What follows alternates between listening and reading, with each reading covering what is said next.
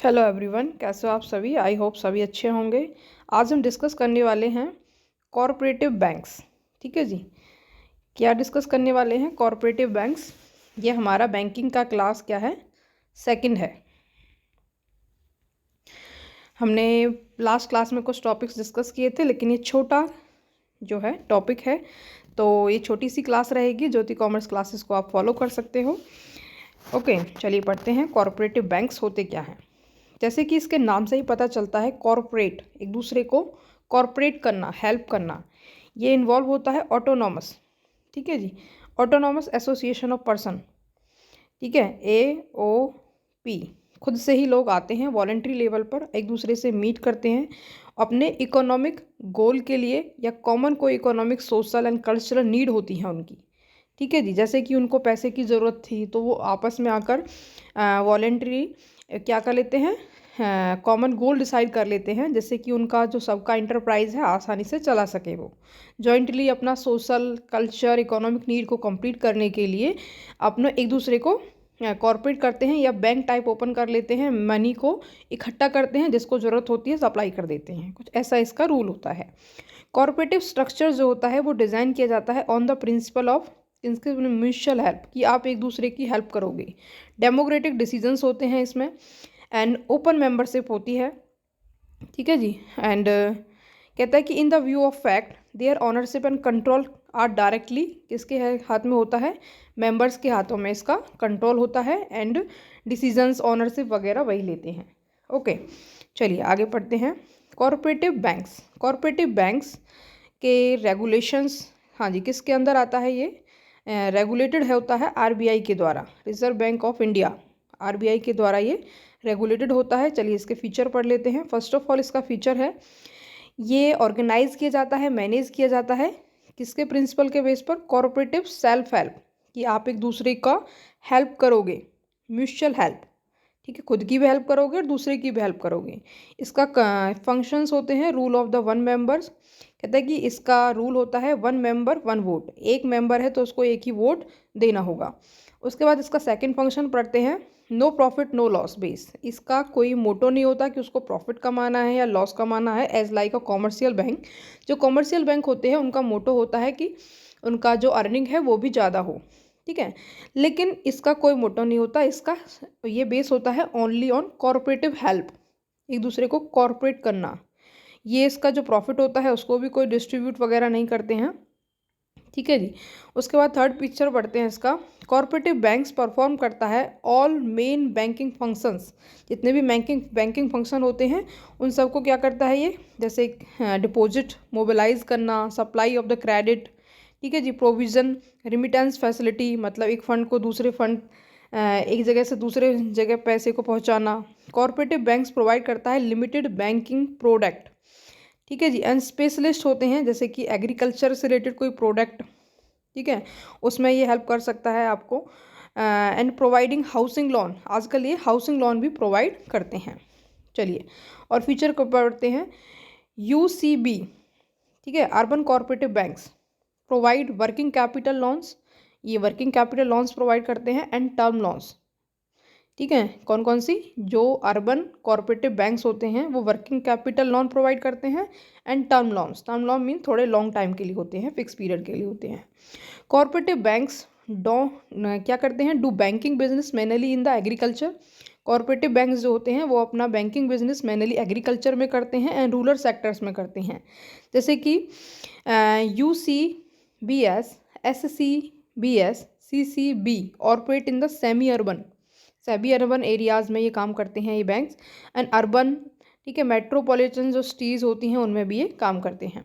Okay, corporative banks का first, ठीक है जी, कहता है कि गवर्नमेंट स्पॉन्सर्स होते हैं इसके, गवर्नमेंट सपोर्टेड होती है इसका, government subsidies, financial agency in India. ये क्या है? जो कॉरपोरेटिव बैंक्स होते हैं वो इंडिया में क्या है कि कॉरपोरेट जो बैंक्स होते हैं वो गवर्नमेंट का एज ए सपोर्टेड होते हैं, गवर्नमेंट के सब्सिडीज़ होते हैं, फाइनेंशियल एजेंसीज होती हैं। They get the financial and other help from the reserve bank of India. ठीक है जी। अगर इसको फाइनेंशियल हेल्प की ज़रूरत है तो ये किससे लेते हैं?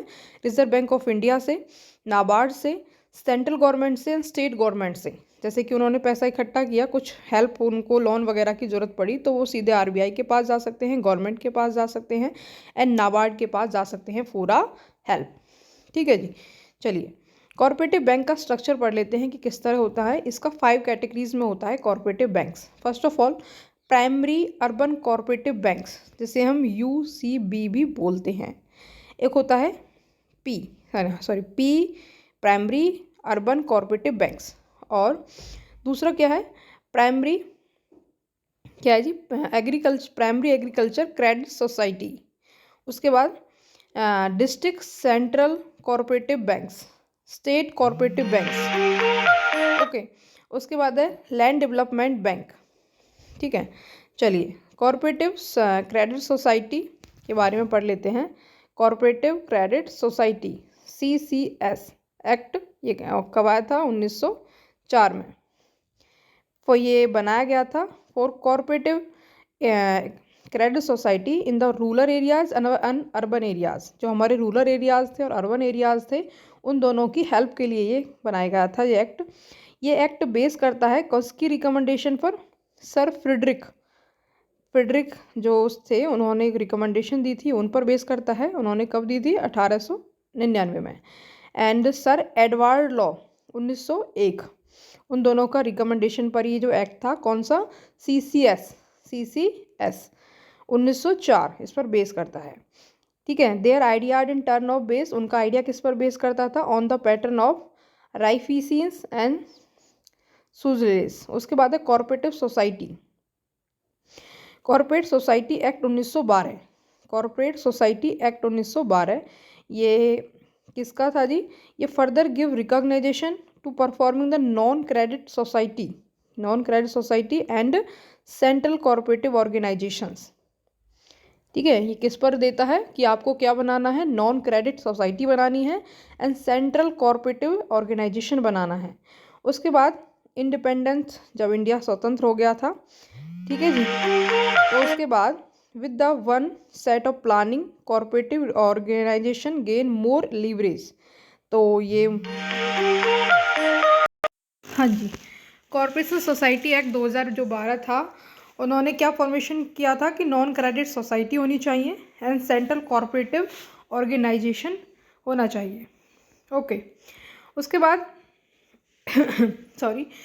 जब इंडिपेंडेंट इंडिया मीन जब इंडिया स्वतंत्र हो गया था, तो with the onset of planning corporate organization gain more leverage. जो कॉर्पोरेटिव ऑर्गेनाइजेशन थे, उनको ज़्यादा उधार मिलने लगा। ठीक है, ज़्यादा लोन प्रोवाइड करने लगे वो। तो इसका कंटिन्यू, ठीक है जी, role with the continue government support. ये ज़्यादा लीवरेज इससे कैसे मिलता था? ज़्यादा लोन इससे इसलिए मिलता था क्योंकि गवर्नमेंट का इसे सपोर्ट मिलने लगा था आफ्टर इंडिपेंडेंट ऑफ इंडिया। हाँ जी, उसके बाद पढ़ते हैं कुछ कमेटियाँ जो कि कॉर्पोरेट सोसाइटी से रिलेटेड थी, कॉर्पोरेट बैंक से रिलेटेड थी कि कॉर्पोरेट बैंक में क्या क्या चेंज होना चाहिए। तो एक थी एक थी मकालेगन कमेटी, जो कि 1915 में।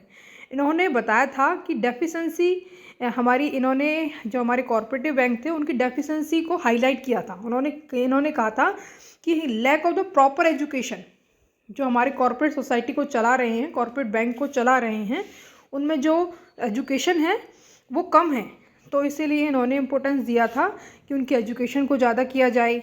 ये कमेटी था, इसका डेफिशिएंसी ऑफ कॉर्पोरेटिव सोसाइटी के बारे में बताया था कि उनका जो एजुकेशन लेवल है वो बहुत कम है, तो उसको भी इम्प्रूव किया जाना चाहिए। और उन्होंने बताया था कि he let down the importance of central assistance. इन्होंने जो हमारे central assistance by the government to support the movement of, जो हमारे बैंक्स थे उनको सेंट्रल असिस्टेंस मतलब गवर्नमेंट के द्वारा उन्हें हेल्प प्रोवाइड की जानी चाहिए, एज अ हेल्प मिलनी चाहिए उनको। उसके बाद ये तो हो गई फर्स्ट कमेटी। उसके बाद थी second committee, royal commission on agriculture. क्या था? Royal commission on agriculture 1928। इन्होंने बताया था importance of education of member and staff for effective implement of corporative movement. अगर आपको कॉर्पोरेटिव मूवमेंट मतलब कॉर्पोरेटिव जो बैंक्स हैं उनका जो मूवमेंट है, उनका जो काम है, उन्हें अच्छा करना है, तो आपके स्टाफ का, आपके मेंबर्स का एजुकेटेड होना बहुत ज़रूरी है। ठीक है जी। उसके बाद सारैया कमेटी 1945।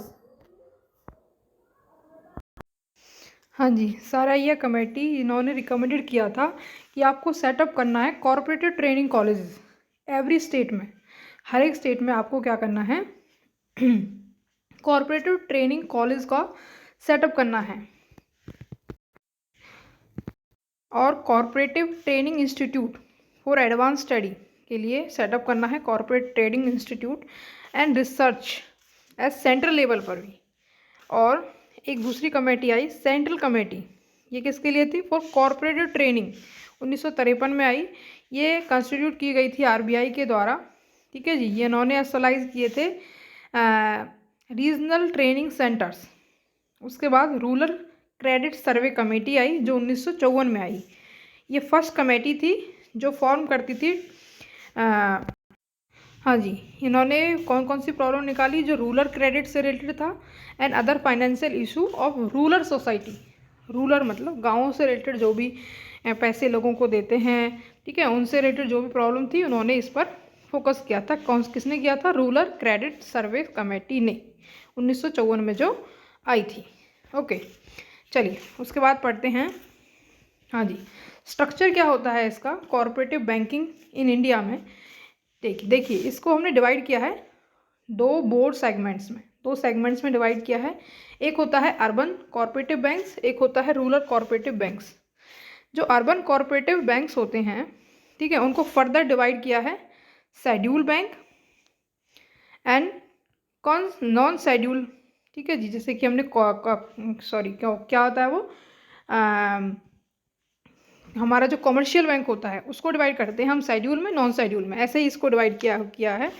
फिर उसको फर्दर डिवाइड किया है मल्टी स्टेट में, सिंगल स्टेट में, ठीक है। देखिए इसका डायग्राम है ना, उससे अच्छा समझ आएगा।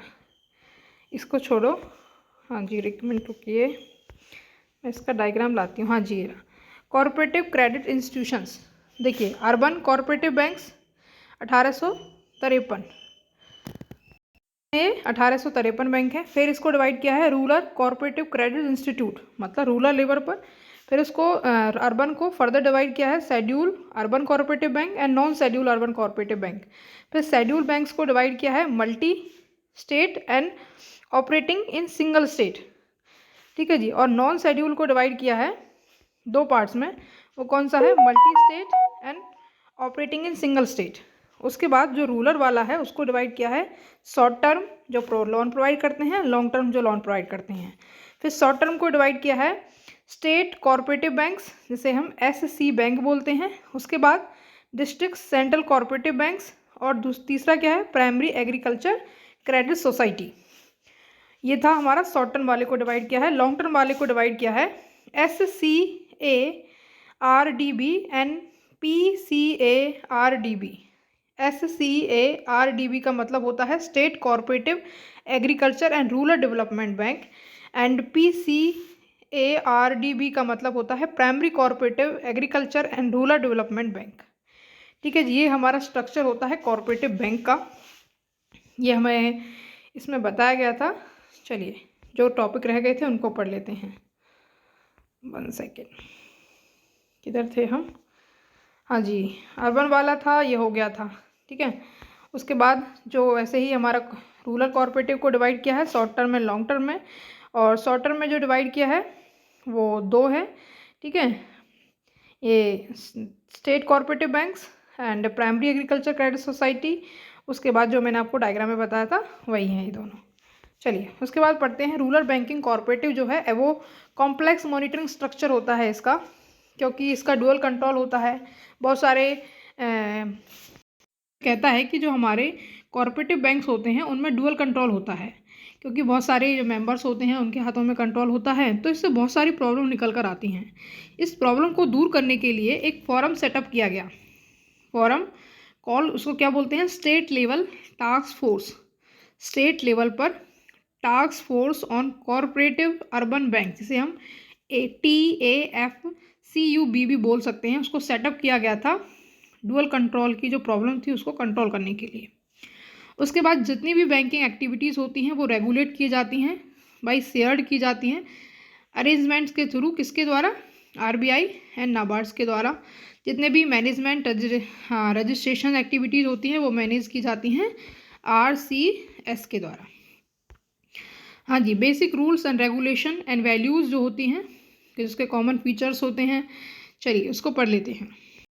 हाँ जी, इसके कुछ फीचर्स पढ़ लेते हैं कि जो ये बैंक्स होते हैं वो क्या थे। कस्टमर ऑन होते हैं, डेमोक्रेटिक स्ट्रक्चर होता है इसका, प्रॉफिट आर मैनुअली पूल, जो प्रॉफिट होता है वो इकट्ठा कर लिया जाता है ताकि डिस्ट्रीब्यूट किया जा सके वो उसके मेंबर्स में, ठीक है जी।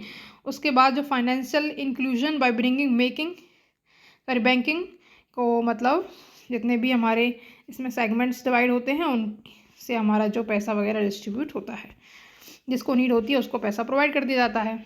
चलिए, कॉमर्शियल बैंक से किस तरह डिफरेंट है। हाँ जी, मेन मोटो तो ये है कि ये प्रॉफिट नो लॉस का बैंक होता है। जो कॉमर्शियल बैंक होता है वो प्रॉफिट के लिए बैंक होता है, ठीक है जी। तो इसके अंदर क्या होता है, स्पेसिफिक एक्ट कॉर्पोरेटिव सोसाइटी में डिफरेंट स्टेट में ऑपरेटिंग करता है ये अपना काम, डिफरेंट स्टेट में, ठीक है जी। उसके बाद जो कॉमर्शियल बैंक होता है which are mainly joint stock companies, ठीक है जी। क्या होता है, इसका मेन स्ट्रीम होता है जॉइंट स्टॉक कंपनीज। उसके बाद जो हमारे they have the tired network with A bank at each level of state, district and rural, ठीक है जी। इसका हमारा जो स्टेट लेवल पर, डिस्ट्रिक्ट लेवल पर, सब पर हमारा जो बैंक होते हैं वो सेटअप होते हैं, ठीक है जी। उसके बाद होता है not all the section of banking regulation act are applicable to the corporate bank. जितने भी हमारे बैंकिंग के सेक्शंस होते हैं वो हमारे कॉर्पोरेटिव बैंक पर फॉलो नहीं होते हैं, कुछ नहीं होते, सारे के सारे जो सेक्शन हैं वो फॉलो नहीं हो सकते कॉर्पोरेटिव बैंक्स पर। उसके बाद इसका अल्टीमेट मोटिव इस कम्युनिटी पार्टिसिपेशन। इसका अल्टीमेट मोटो होता है कि कम्युनिटी जो है वो पार्टिसिपेट करे, बेनिफिट उठाए और ग्रोथ करे।